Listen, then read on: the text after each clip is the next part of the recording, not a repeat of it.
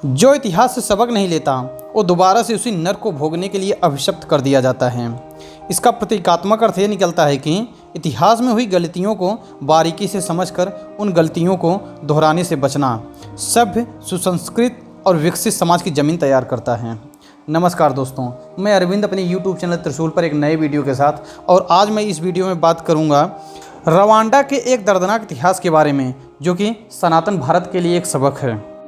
लेकिन आगे बढ़ने से पहले मैं आप लोगों से निवेदन करूंगा कि यदि अभी तक आप लोग हमारे चैनल को सब्सक्राइब नहीं किए हैं तो कृपया सब्सक्राइब कर दीजिए और साथ ही साथ बेल आइकन को भी दबा दीजिए, जिससे जब भी मैं कोई नया वीडियो अपलोड करूं तो उसका नोटिफिकेशन आप लोगों तक पहुंचे।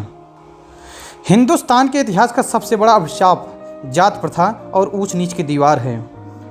इस देश में जात भेद की जड़ें इतनी गहरी हैं कि आज़ादी के 70 साल बाद भी उसे उखाड़ फेंकने की सारी कोशिशें बेमानी साबित हुई हैं। सवाल यह है कि सनातन समाज में किसने बोया जातिगत नफरत का बीज, किसने उसे सींचा और खाद पानी दिया? इस सवाल का जवाब जानने के लिए हमें अफ्रीकी देश रवांडा के 26 साल पहले के इतिहास के दर्दनाक पन्नों को पलटना होगा, क्योंकि रवांडा के इतिहास के नामुराद पन्नों में भारत में जात व्यवस्था के जेनेसिस की कड़वी हकीकत छुपी हुई है। सेंट्रल अफ्रीकी देश रवांडा में साल 1994 में 100 दिनों तक चले बेहिसाब नरसंहार की दर्दनाक यादें आज भी सभ्य समाज के मन में सिहरन पैदा कर देती हैं। महज 100 दिनों के भीतर ही बहुसंख्यक हुती समुदाय के लोगों ने अल्पसंख्यक टुटसी समुदाय के 8 लाख लोगों को बेरहमी से मौत के घाट उतार दिया था। दोनों समुदायों के बीच नफरत की खाई तब इतनी गहरी हो गई थी कि हुती लोगों ने अपनी टुटसी पत्नियों को भी नहीं बख्शा। आलम यह हो गया था कि हुतू समुदाय के लोग टुटसियों को गाजर मूली की तरह काटते रहे और संयुक्त राष्ट्र और उसकी सुरक्षा परिषद कत्लेआम का दर्दनाक तमाशा देखती रही। सवाल यह है कि हुतू और टुटसी के बीच नफरत की ये खाई कब, क्यों और कैसे पैदा हुई? इसमें किसकी भूमिका थी? क्योंकि इन सवालों के जवाबों के साथ ही भारत के भीतर जड़ें जमा चुकी जात व्यवस्था की वजहों का अक्स भी आपको दिख जाएगा। दरअसल जिस वक्त हिंदुस्तान ब्रिटेन की कॉलोनी था, कमोबेश उसी वक्त रवांडा को जर्मनी ने अपनी कॉलोनी बना रखी थी। जब अंग्रेज भारत का प्राचीन इतिहास लिख रहे थे, उसी वक्त जर्मन्स रवांडा का इतिहास लिख रहे थे। जैसे भारत की शिक्षा व्यवस्था को मिशनरीज ने अपने कब्जे में ले लिया था, वैसे ही रवांडा में भी मिशनरीज उसी दौरान सक्रिय थे। द्वितीय विश्व युद्ध के बाद भारत ब्रिटेन के चंगुल से मुक्त हो गया, और उधर युद्ध में हार के बाद जर्मनी के लिए भी रवांडा को अपनी कॉलोनी बनाए रखना नामुमकिन हो गया। जर्मनी के हटने के बाद बेल्जियम ने रवांडा पर कब्जा कर लिया, और इसी दौरान भारत में लोकतांत्रिक व्यवस्था का आगाज हुआ। अंग्रेजों ने 1871 में भारत के जात के आधार पर सेंसस किया, तो दूसरी ओर बेल्जियंस ने 50 के दशक में रवांडा में समुदाय के आधार पर आई कार्ड इशू किया। भारत में अंग्रेजों के इतिहास लेखन को वामपंथी इतिहासकारों ने आगे बढ़ाया, तो रवांडा में जर्मन्स के इतिहास लेखन की स्वार्थपरक परंपरा को बेल्जियंस ने आगे बढ़ाया। इतने से आपको समझ में आ गया होगा कि भारत और रवांडा का इतिहास एक खास कालखंड में करीब करीब एक ही तरह से आगे बढ़ा है। अब आपको बताते हैं कि रवांडा में बेल्जियंस ने समुदाय के आधार पर कैसे वहां के मूल निवासियों को बांट दिया, और इस बंटवारे का रवांडा की सभ्यता संस्कृति पर क्या असर पड़ा। दरअसल रवांडा में जर्मन्स द्वारा कॉलोनी बनाने से पहले वहां मुख्य तौर पर 3 समुदाय थे। पहली समुदाय हुती जो 80% लोग थे, टुटसी समुदाय के 19% लोग थे, त्वा समुदाय के 1% लोग थे। दिलचस्प यह है कि रवांडा के ये तीनों समुदाय पुराने समय में जन्म के आधार पर विभाजित नहीं थे। रवांडा के प्रमाणिक इतिहास के मुताबिक पशुधन के आधार पर इन समुदायों में परस्पर परिवर्तन होता रहता था, यानी इन समुदायों के वर्गीकरण का आधार पशुधन था, न कि जन्म आधारित था। लेकिन बेल्जियंस ने 50 के दशक में जब समुदायों के आधार पर आई कार्ड इशू करना शुरू किया, तो ये विभाजन जन्म के आधार पर तय होना शुरू हो गया, और यहीं से हुतू और टुटसी में वर्चस्व की खूनी लड़ाई शुरू हो गई, जिसकी दिल दहला देने वाली चरम परिणत 1994 में देखने को मिली, जब बहुसंख्यक हुतू समुदाय के लोगों ने महज 3 महीने में 8 लाख से ज़्यादा टुटसियों की क्रूर और बर्बर तरीके से हत्या कर दी। विडंबना यह है कि जिस वक्त रवांडा में टुटसियों का नरसंहार शुरू हुआ, वहाँ पर संयुक्त राष्ट्र और बेल्जियम की सेनाएं तैनात थीं।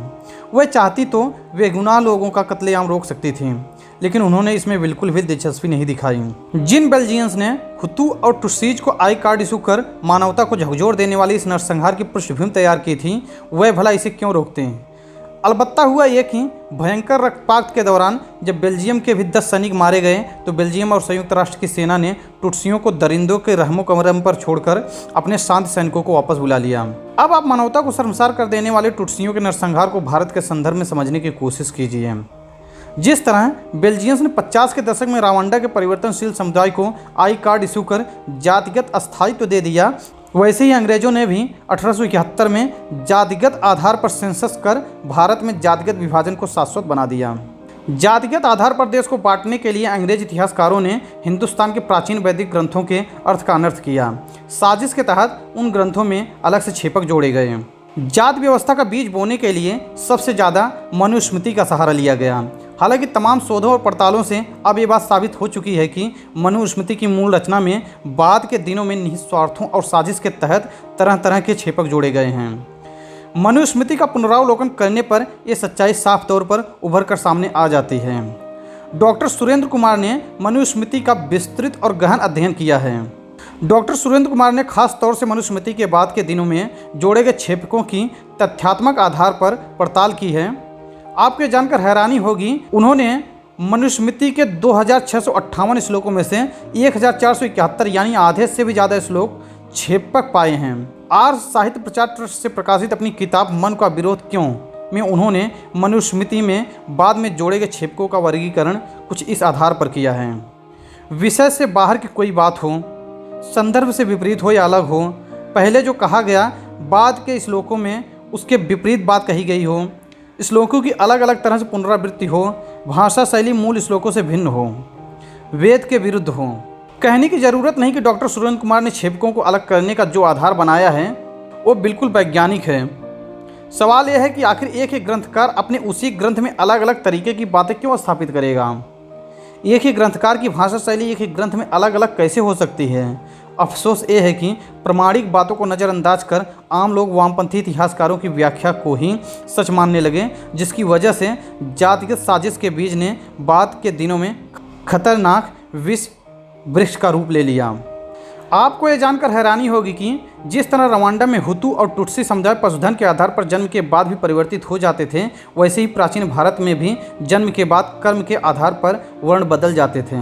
इसका प्रमाण वही मनुस्मृति है जिससे पहले अंग्रेजों और बाद में वामपंथी इतिहासकारों ने जात व्यवस्था स्थापित करने वाला ग्रंथ कहकर दुष्प्रचारित किया।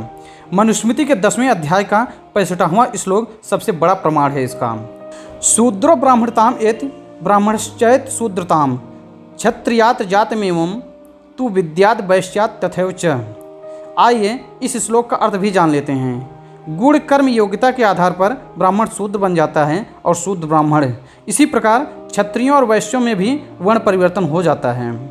जरा सोचिए, जिस ग्रंथ में साफ तौर पर लिखा है कि गुण कर्म योग्यता के आधार पर वर्ण परिवर्तित हो जाता है, उसका ग्रंथकार अपनी ही बात को काटते हुए उसी ग्रंथ में ये क्यों लिखेगा कि ब्राह्मण क्षत्रिय वैश्य और शूद्र जन्म के आधार पर तय होते हैं। साफ है कि जन्म के आधार पर जाति तय करने वाले जिन श्लोकों का उदाहरण वामपंथी इतिहासकार देते हैं उसे मनुस्मृति में बाद के दिनों में जोड़ा गया होगा। अगर ये बात सच है कि प्राचीन वैदिक और सनातन ग्रंथों में छेपक जोड़े गए तो सोचिए इसके पीछे कितना शातिर दिमाग रहा होगा। और ज़रा उन लोगों के बारे में सोचिए जिन्होंने हकीकत जानते हुए भी वैदिक ग्रंथों के मूल तथ्यों को नज़रअंदाज कर छेपकों को ही प्रचारित प्रसारित किया। अब आप इस मामले को रवांडा की घटना से जोड़कर देखिए, आपके दिमाग की बत्ती जल जाएगी और साजिश के तमाम परतें आपके दिमाग में उधरनी शुरू हो जाएगी।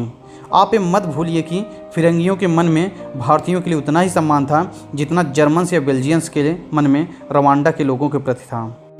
तो आज के वीडियो में बस इतना ही दोस्तों। अगर आपको हमारा यह वीडियो पसंद आया है तो कृपया लाइक कीजिए और ज़्यादा से ज़्यादा शेयर कीजिए। धन्यवाद।